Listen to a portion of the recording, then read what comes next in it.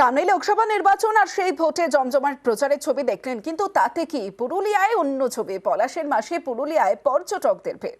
অন্য বছরের মতোই বসন্তের বোলপুরেও চীনা ভিড়ের ছবি দেখুন।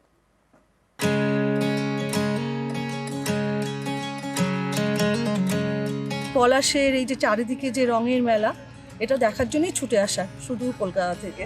আগুন ফাগুন দুটোই লেগে গেছে মনে মনে। চৈত্রের পুরুলিয়ায় পলাশ বিলাস, গাছে গাছে রক্ত পলাশ। দেখলেই মনে হয় লাল পলাশের দেশে যাই। পুরুলিয়া এখন মন পলাশের পদাবলী। পলাশের উদ্দেশ্যেই আসা, গাড়িতে যে এলাম দেখলাম সুন্দর দুপাশে পলাশের বাগান, খুবই ভালো লাগলো। সামনেই লোকসভা ভোট, 19 এপ্রিল থেকে শুরু। প্রথমে উত্তরবঙ্গের জেলাগুলিতে, তারপর দক্ষিণবঙ্গে ভোট। কিন্তু তাতে কি, ভোটের জন্য ঘুরতে যাওয়া থামছে না। আর ঘুরতে যাওয়ার ক্ষেত্রে পুরুলিয়া ভোট পাচ্ছে বিপুল। হোটেল থেকে হোমস্টে সব বুকড। ভোটের মরশুমেও জমজমাট পুরুলিয়ার পর্যটন। এটা একটা কোইন্সিডেন্স যে এই সময়টা ভোট শুরু হয়েছে আমাদের। আমরা থাকি কলকাতার বাইরে, ইচ্ছে ছিল পুরুলিয়ায় আসার। আর উপরে পাওনা এই সময়টা এখানে যথেষ্টভাবে আমাদের প্রোটেকশন রয়েছে, কোনো প্রবলেম হবে না আশা করি। আমাদের সরকার সব রকম দায়িত্ব নিয়েছে, ট্যুরিস্টদের কোনো রকম প্রবলেম ফেস করতে হবে না।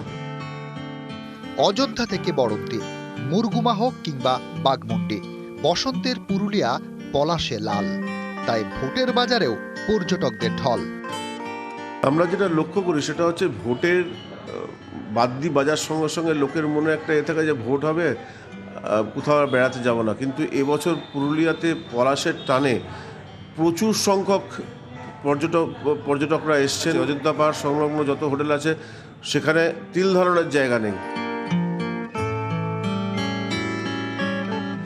পুরুলিয়ার মতোই জঙ্গলমহলের আরেক জেলা ঝাড়গ্রাম, সেখানেও হোটেলে ভিড়।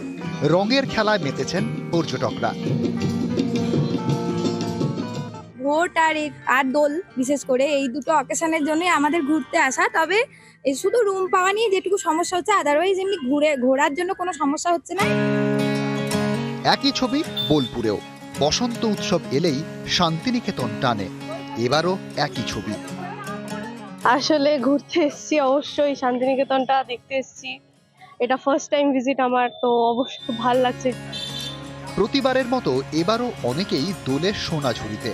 সেখানে ঝুড়ি ঝুড়ি সোনা মাখা হাসি, রাশি রাশি দোলে রাঙা হাসি। নিউজ 18 বাংলা।